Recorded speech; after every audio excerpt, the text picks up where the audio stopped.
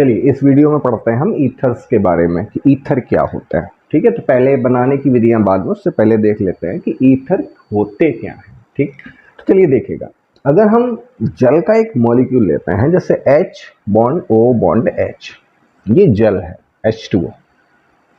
ठीक है, और जल के आप किसी भी मॉलिक्यूल में से आप एक H को अगर रिप्लेस करा दें, एक H को हटा दें और उसकी जगह पर आप R ले आए तो क्या हो जाएगा, R बॉन्ड OH। R का मतलब एल्किल ग्रुप, R का मतलब एल्किल ग्रुप, जैसे कि आपका मेथिल है, एथिल है, ठीक है, प्रोपिल है, C3H7।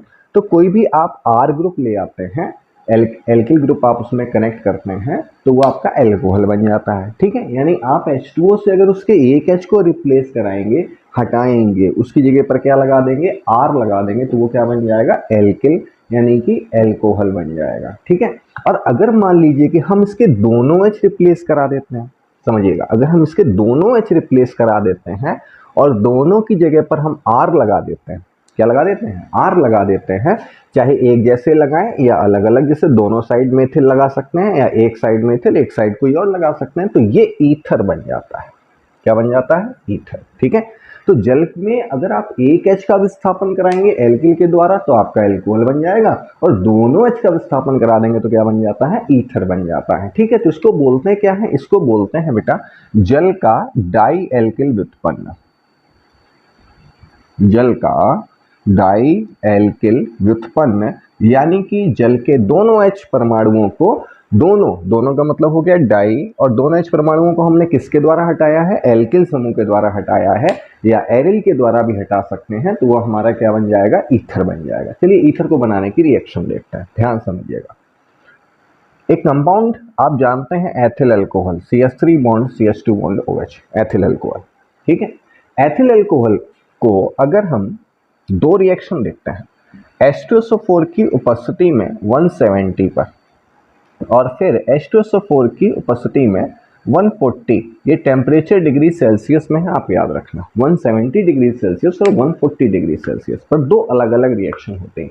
एथिल अल्कोहल को सल्फ्यूरिक अम्ल की प्रेजेंस में 170 पर अगर हम हीट करते हैं, गर्म करते हैं, तो क्या होता है, तो इसका डिहाइड्रेशन हो जाता है, निर्जलन हो जाता है, और इसमें से H2O निकल जाता है। क्या निकल जाता है, H2O निकल जाता है, मतलब यहाँ से OH और यहाँ से H। ठीक है, यहाँ से पूरा का पूरा OH ग्रुप निकलेगा, कार्बन की एक वैलेंसी फ्री हो जाएगी, और यहाँ से H निकल जाता है, तो ये आपका बन जाता है CH2 डबल बॉन्ड CH2, यानी कि एक एल्कीन एथीन बन जाती है, और प्लस क्या हो जाता है, H2O ग्रुप आपका बाहर निकल जाता है। दूसरा, अगर हम H2SO4 की उपस्थिति में 140 पे गर्म करते हैं तो क्या होता है, तो ध्यान से देखना, यहाँ पर केवल समझ का फर्क है, आप चाहे 170 पे गर्म करो चाहे 140 पे गर्म करो, ठीक है, H2O तो निकलेगा, बस फर्क इतना है कि 170 पर एक ही मॉलिक्यूल से एक H2O निकलता है और 140 पर दो अलग अलग मॉलिक्यूल से ही एक H2O निकलता है। जैसे समझना, हम यहाँ पर लिख दें C2H5OH और C2H5OH। अब ध्यान से समझना, एक मॉलिक्यूल में से H2O निकल गया तो यहाँ से OH निकल गया और यहाँ से क्या निकल गया, H निकल गया, कार्बन कार्बन के बीच में डबल बॉन्ड आ गया। अब यही H2O मान लीजिए हम दो मॉलिक्यूल से निकालते हैं, तो एक से निकालते हैं H और एक से क्या निकालते हैं, OH। तो अब देखिए ध्यान से क्या बचा है, C2H5 और यहाँ क्या बच गया है, C2H5O। ठीक है, तो अब यहाँ वैलेंसी किसकी फ्री हुई है, O की, तो ये जो C2H5 है इसको O के साथ जोड़ देंगे तो क्या हो जाएगा, C2H5 bond O bond C2H5। ठीक है, इधर एथिल इधर भी एथिल और बीच में जो ग्रुप है वो आपका कौन सा है, ईथर। तो ये हो गया आपका डाई एथिल ईथर। क्या हो गया, डाई एथिल ईथर।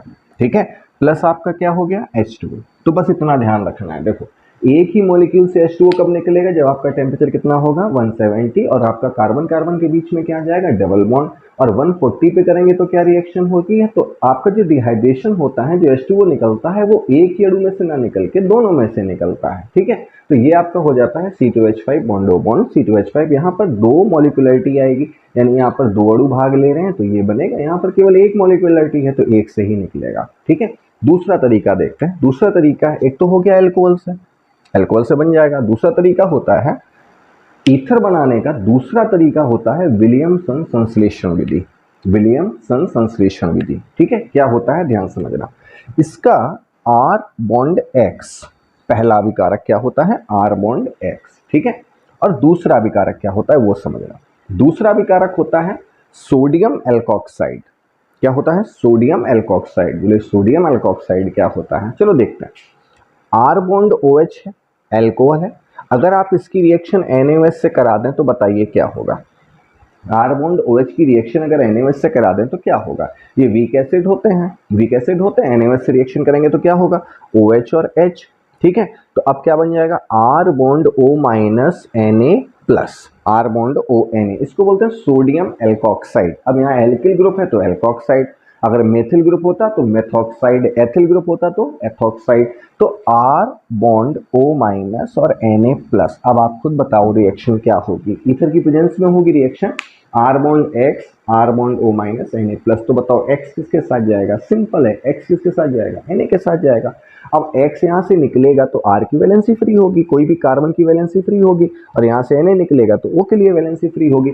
अब देखो यहाँ से X निकलेगा, कॉमन सेंस है, तो X इलेक्ट्रॉन लेके निकलेगा तो R कैसा हो जाएगा, पॉजिटिव, और यहाँ से Na प्लस निकलेगा तो इसका मतलब O कैसा है, नेगेटिव है, तो O इलेक्ट्रॉन पेयर R की तरफ थ्रो कर देगा, वो अपने इलेक्ट्रॉन पेयर R की तरफ थ्रो कर देगा, R O से क्या हो जाएगा, कनेक्ट हो जाएगा। तो क्या बन जाएगा, R bond O bond R यानी ईथर प्लस NaX, ठीक है। एक एग्जांपल समझता है, CH3 bond Cl plus C2H5 bond O Na is equal to, अब बताइए क्या रिएक्शन है, CH3 bond Cl plus C2H5 bond O Na, क्या रिएक्शन होगी बताओ।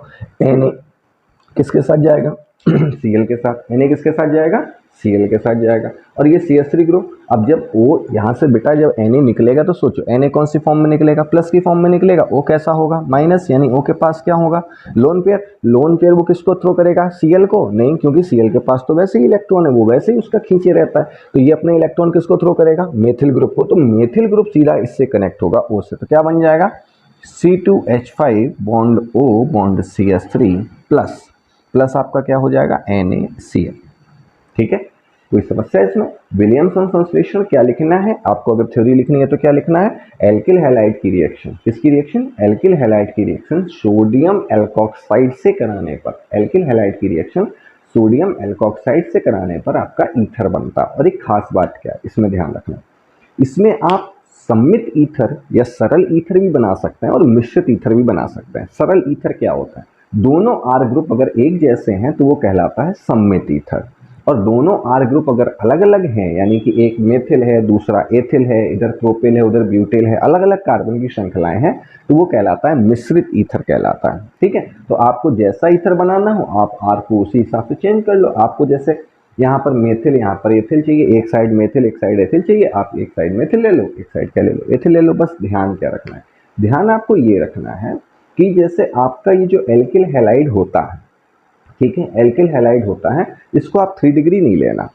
ठीक है, इसको कोशिश करना 1 डिग्री। 1 डिग्री मतलब क्या हुआ कि जैसे हमें ये ईथर बनाना है O bond C bond CH3 bond CH3 bond CH3 और इधर बॉन्ड CH3। अब देखिए एक साइड आपका मेथिल ग्रुप है, दूसरे साइड जो है आपका वो 3 डिग्री कार्बन है। कितने डिग्री कार्बन है, 3 डिग्री कार्बन।